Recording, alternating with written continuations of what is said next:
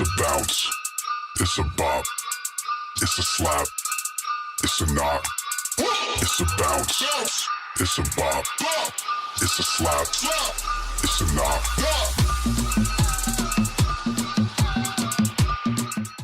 What's up, world? Welcome to an episode of All That in Music presented by Changing the World. I'm your host, Cam, and we are here at Atomic Records, and you guys are the Swell Kids. Yes, sir. Cool. So where are you guys from, and how long have you been making music? Ooh. Well, born and raised from Paso, Texas. We love this city. We Yeah. love everything, all the culture, everything. And we've been making music. How long has it been? Now going on maybe 4 years? Four or 4 5 years? years. Yeah, 4 or 5 years. Okay. Okay, cool. Nice little catalog you guys got going on. Yeah. Okay, so how did the name the Swell Kids come to be? Like, how did you guys come up with that name, the Swell Kids? So basically back in like 2010, Eddie and I met at a dance studio Okay. here in El Paso. And Got it. basically we were the only two people taking the hip hop class back in the day, and we just became friends through dance. Cool. Eddie was in a couple of dance crews. I was getting into dance, and the studio we went to, there wasn't a big community as there is now around dance. Right. So Eddie and I were literally the only two that would show up every day, like to just, take a class just mess around. So we started becoming friends that way.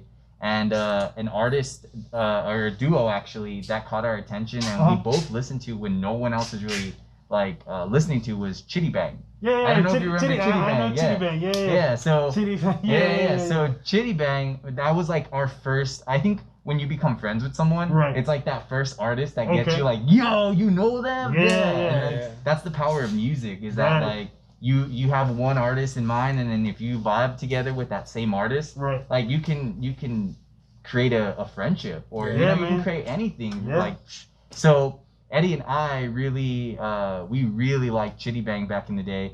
And I don't know if you remember, but in their raps, they say the word swell a lot. And swelly. Like if you go back and listen to it now, you're going to be like, oh shit, yeah, they have crazy. like a song that goes like, swelle, swelle. Yeah. Okay. And so since we had a shared passion for that duo and that group and that music, when we decided, hey, you know what, let's create our own thing. You know, we're taking these classes, no one's coming, it's just us two. Like, let's start teaching our own classes. Like, let's learn and let's go by a name. And so when we were listening to Chitty Bang, that was early, like when Mac Miller was still coming out, when Old Wiz was still dropping mixtapes. The whole Pittsburgh area. Like, so we just saw the word swell and we're like, no one really knows what that word means. But Chitty Bang, they like use it in a sense. For them, it's like another word for just like being yourself, feeling swell, you know. And so we just ran with it, you know. Awesome. Yeah, that was the name. I love it, brother. I love it. Yeah. Okay, so pretty much you guys do it all. But if I had to ask you right now, what do you guys mainly consider yourselves? Would it be artists, singers, producers, DJs? What would you I would just overall say artists. I mean, overall, we do a lot. We DJ, we produce. We do everything. It's, I mean, not to be all cocky, but it's just, go ahead. we love to do everything. I don't know. Alex is really into film and all that, and just love making music. I mean, we just, there's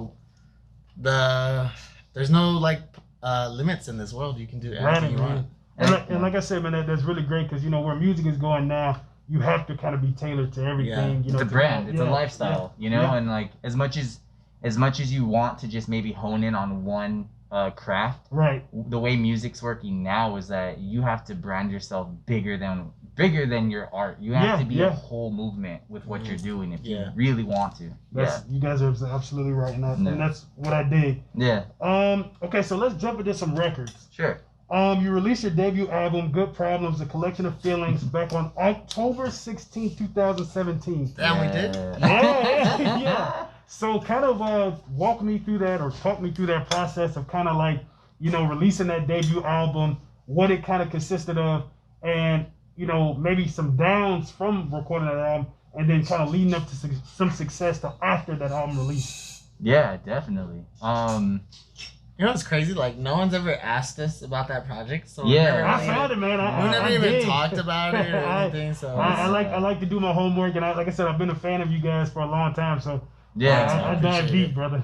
Yeah, no, that project was a special one to us because that was the first time we actually dipped our feet into what we can create. Right. Okay. With that Davey project, that was the first where we weren't making music on iPads anymore. No, we weren't. So prior to that, we didn't have enough money to buy a laptop or to buy like Ableton or Fruit Loops, but so we were making music off of iPads. Oh, okay. Like we were making music off of like a free app and just like iPads, and we did that for the first like year or so. So Good Problems was the first time, we went to Rent-A-Center, we picked up a laptop, and we were able to like get Ableton, and that was the first project where we really started to understand how Ableton works, how to produce, and even then a lot of the tracks were like just so sample heavy we were just like, we love that. It's a great body of work, and I also want to ask, how did you guys come up with the cover of that? I mean,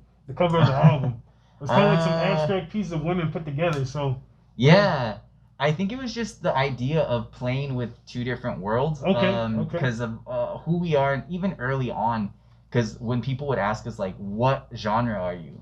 We never knew what to say because. If you were to ask us right now, I still wouldn't be able to tell you what genre we are. And I think that's the thing is like early on, our creative director, AC Swell, he brought the idea to our attention, and it kind of made sense like looking back at it now because it's kind of like you have like these Renaissance paintings with like anime eyes crying. It's like bringing two different worlds together and just understanding that you can find something within two completely different opposites, and so the artwork was just, I think, a little like testament to that in our sound, just because that project was, we didn't even know what we were creating, we were just making whatever, whatever sounded good. It went on there. Okay. All right, guys. So you guys have multiple singles, like It's a Bop and Bloom. But other singles like Blue for You and Dance With Me feature Paso natives like Ivy Lee and Jordan Taylor. Yeah. So how do you guys choose, who to collaborate, and what other Paso artists would you want to collaborate with? Ooh, that's a great question. I think when it comes to our previous collaborations, it's just who catches our ear. It's more so like who can grab our attention in the city that we feel is like, doing their own thing. Because I know it's easy to get wrapped up in wanting to do what's hot right now or what's banging right now. So when we find artists that are kind of having their own sound or even just trying to find their own sound. That's kind of what draws us to those kind of artists, Yeah, I think another thing is we'll create a beat and we'll just be like, who do you hear on this? Like who would kill this song? And we'll just start thinking of artists in El Paso and we're like, I think Jordan Taylor would do awesome on this. So we would send it to her, see if she likes it, and usually she does, and we just work on it like that. No, she's a great artist, and I dive kind of into her music as well. And what's cool is that like whenever we do collabs, we never have a direction for the artist we're working with. We just give them here's a backbone. Build what you want with it if you can, and then send it back, and then we'll see what we can create from here. And I think that's what makes those songs such hits. Like some of those songs that we've had with other artists do so well because there's no structure. It's just like, you know what? Feel it out. Whatever you like, send it back, and then we'll try to piece it together and then make something special. And honestly, I think that's how you get, some of the best work. You let people, be their own creatives in their own right. So and I think that's when you really get two great collaborators working together and getting something special. Yeah, for sure. Okay, guys. So take me through some of your creative processes behind your music videos. Like It's a Bop is super funny. I love like the beginning of it. You guys are lawyers, but you're not really lawyers. That's super funny. And like the Bloom, it features like pretty much you guys like getting your asses whooped. Right in front of the, you know what I'm saying, right in front. And I want to say Sal videotaped Bloom, correct? Sal did It's a Bop. It's a Bop. And Eric Bolanos did Bloom. Yes. So kind of take me through that creative process of, you guys before the music video, and like who do you like how do you tap into the different directors and hey, you guys should come work with us and do our music video? Yeah, I think it's the same way, right? Like whenever we see someone's work, like video Yeah, wise, I mean, just know. we also just think of like what we should do for this music video and who would like capture it. Yeah, capture it, exactly. Yeah, so like we'll have an idea, and most of the times it's like Eddie or myself will have this random idea for a video, and once we kind of set it in stone, we'll look at who here in town can like execute the idea. Yeah, okay, yeah, really that's do that. great.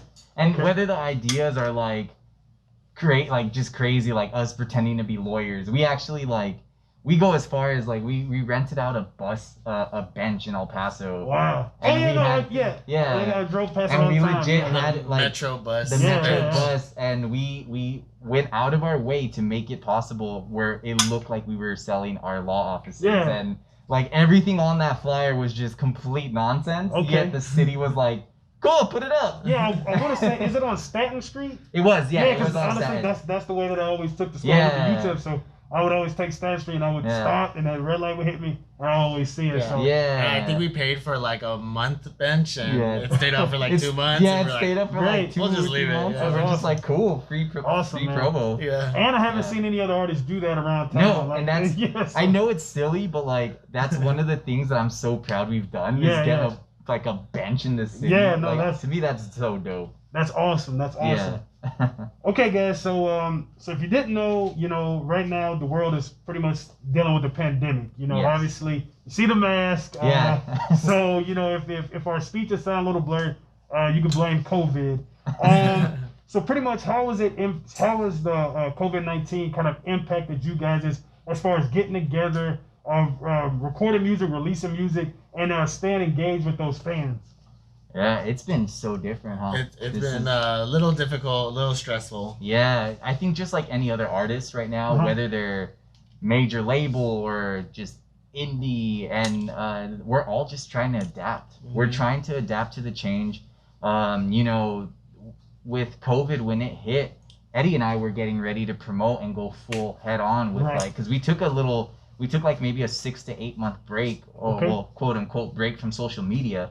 And then we wanted to hit the ground running, and it's like we picked the worst Yeah. month to do that, because like we had music videos set, we had singles dropping, we had so much going on, Yeah. and then COVID hit, and I mean we even had an opportunity to play for South by Southwest this year, Wow. and we actually went to Austin still because we booked the trip, Uh-huh. we booked everything, and then as we got there, and they're like, South by is canceled. Oh man. And Yeah. it would have been an amazing experience, but so that right there, that was the first like hit we took, that first L we had to Uh-huh. take, and then after that it was just kind of like, now how do we adapt? Right. And I think now you're gonna see it's who can truly be creative Yeah, during exactly. this time that's gonna Exactly. like thrive Exactly. during a lockdown. Exactly. Yeah. And kind of piggyback off what you said, I think now we actually, like you said, being able to see how much artists, without labels, without things Yeah. like that, can really engage with the fans. Because I seen you guys did a lot of vlog videos, Yeah. which are great. You guys did shows, pretty much stay at home with the Swell Kids. Yeah. That was really cool. Yeah. So you guys said that, going back to South by Southwest. Yeah. So I know that you guys did Neon. I know you guys did Trap Fest. Mhm. So pretty much tell me how, I've never been to a Swell Kids show, but Mhm. I'm looking, hopefully once the COVID Yes, thing is over dude, with, yes, I yeah. can be able to go. Yes. So tell me, what could I expect from the Swell Kids show? You could definitely expect energy. Like Okay. Regardless, you yeah. can expect me climbing on the stage, jumping off the stage, Yeah. on top of the table. I'll do everything. But yeah, you'll expect energy and just fun. I think the Just one overall thing, fun. yeah, that's what people tell us, is that like every time they go see us, whether it's at a venue or a festival, Correct. that we just bring energy Okay. to the stage. And I think that's something that Eddie and I take pride in, because Yeah. like we know what it's like to go to shows. We go to festivals. Exactly. Like before we started doing music, Eddie and I would go to like travel We to would go festivals. to a lot of shows and Yeah. we would take notes. We would Mhm. watch an artist Yeah. and be like, I think that's what makes great artists. Yeah. Like even when we first started and no one wanted to let us play anywhere, Uh-huh. Eddie and I would still go to local shows and big festivals outside of town or in El Paso, and we would just we would be like, okay, look, this is what they're doing. This Right. is how I Yeah. kind of fell out of the set here because it felt like it died out. Certain things like that. And like Yeah. Eddie and I have always been one to take notes. Yeah. Like no matter what, even to this day, if we go to like Camp Flogna, we'll sit there, we'll enjoy ourselves, but then we're also like, did you see how he did that? Yeah. Like, you know? Did you guys go to the last one? Yeah, I did. So did you watch how Drake get booed? Did you? Yeah, I was there. Okay, And were you booing? No, I was in the back. He was low key booing. No, I wasn't booing.